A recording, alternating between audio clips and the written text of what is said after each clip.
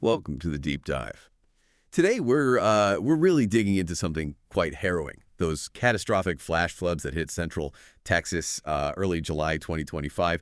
We've been going through a whole collection of reports, mainly from AP News and CNN. They've been tracking this pretty closely.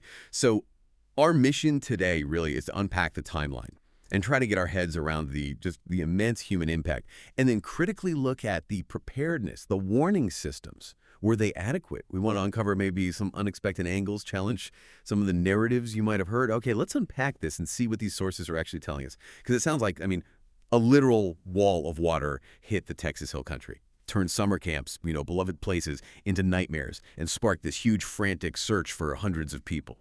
So let's start with the place itself. The Texas Hill Country, the sources describe it as, beautiful, lots of old summer camps, really popular around the 4th of July.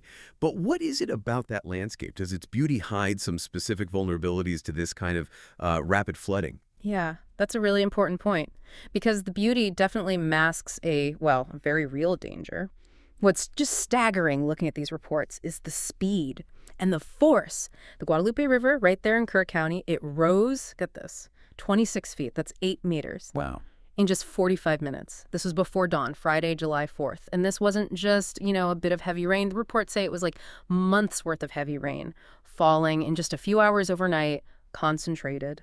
And the immediate aftermath, the destruction the reports describes, sounds just awful. What details really stood out to you painting that picture? Oh, it's chaos, pure chaos. Mangled trees, cars flipped over, and debris everywhere, thick with muck. Homes, vehicles, just gone, washed away. And the impact on buildings.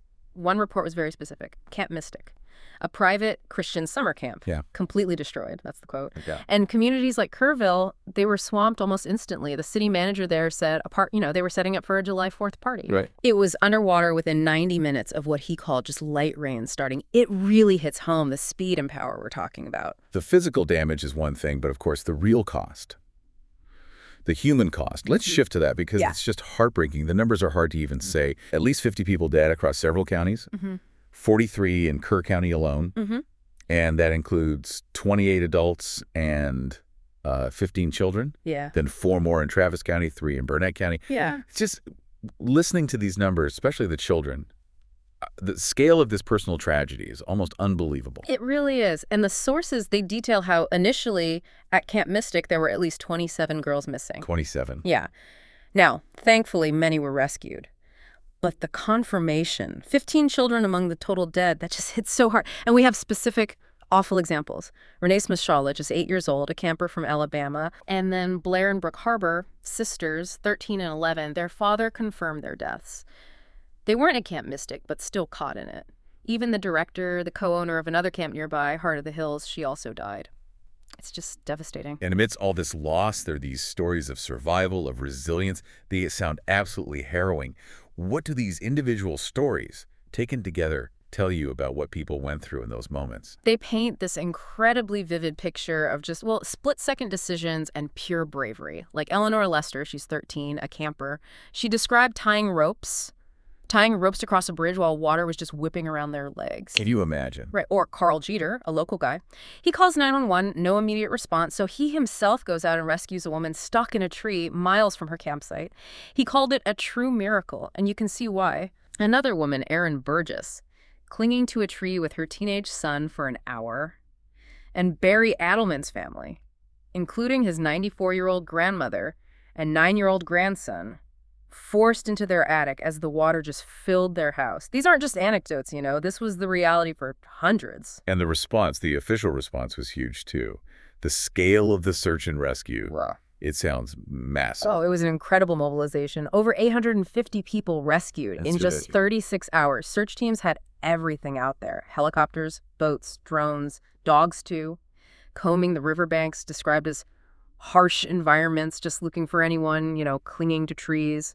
Right. Governor Abbott was very clear, vowing a relentless, around-the-clock search. He said, "We will find every one of them." Right. And told agencies, assume everyone missing is alive. Prioritize saving lives. And the feds got involved quickly, too, which signals how bad it was perceived right away. Absolutely. Homeland Security Secretary Kristi Noem pledged the Trump administration's full support, honored the disaster declaration, sent Coast Guard helicopters, ones with thermal imaging for searching at night. Okay. So yeah, a really high level of coordinated effort right after it hit, trying to find survivors. So you have this immense speed, this incredible force. It naturally leads to that really difficult question. Could this have been mitigated? Could some of this devastation have been avoided? Because a lot of officials seem to be saying they were just caught by surprise. Yeah, that's a really crucial tension in the sources. The officials' perspective, largely, is that this was, well, unforeseen in its intensity. Dalton Rice, the Kerrville city manager, said he saw no signs of danger just 90 minutes before that park was flooded. He even said, "We almost got stuck." And Kerr County Judge Rob Kelly was very direct. Nobody saw this coming. He called it a once-in-a-century flood. He also mentioned that area is known as the most dangerous river valley in the United States for flash floods. Right, flash flood alley. Exactly. And he brought up that a siren system was talked about years ago, 6 or 7 years back, but the cost stopped it. W. Nimkid, the state emergency management chief, he acknowledged they started alerting local officials on Thursday, but he also said the forecasts did not predict the amount of rain we saw. So their overall stance points to, like, an overwhelming, unpredictable event. Okay, but then the sources bring in the meteorologists, and their view seems, well, pretty different. It highlights a real conflict here. It really does. Meteorologists like Troy Kimmel and also AccuWeather, they paint another picture entirely. AccuWeather stated very clearly that warnings were sent hours beforehand, and they said these warnings should have provided officials with ample time to evacuate camps. Hours beforehand. And the National Weather Service, the NWS, they issued a flash flood watch for Kerr County way back at 1:18 p.m. on Thursday. That's the conditions are favorable state. Right, the heads up. Then flash flood warnings, that means flooding is imminent or happening, take action.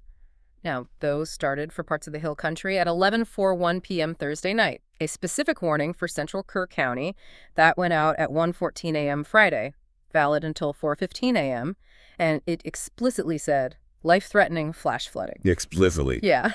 And then even more severe, a flash flood emergency warning, that's the highest level, reserved for immediate large-scale threats that was issued for Kerr County at 4:03 a.m., followed by one specifically for Kerrville at 5:34 a.m.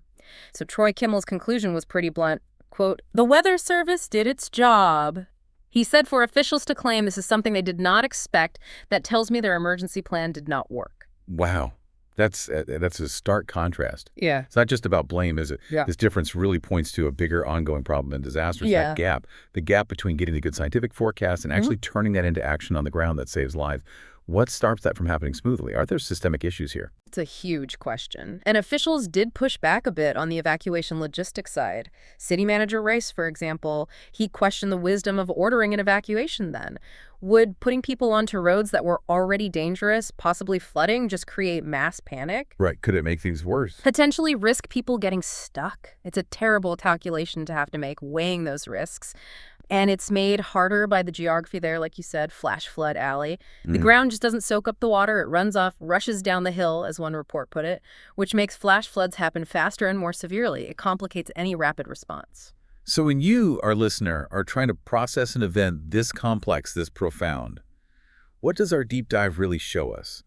We've seen the incredible raw power of nature. We've seen amazing bravery from rescuers and just agonizing human loss. Yeah, and crucially, I think it underscores how vital it is not just to issue warnings, but to make sure they're understood, they're communicated effectively, and they're acted on.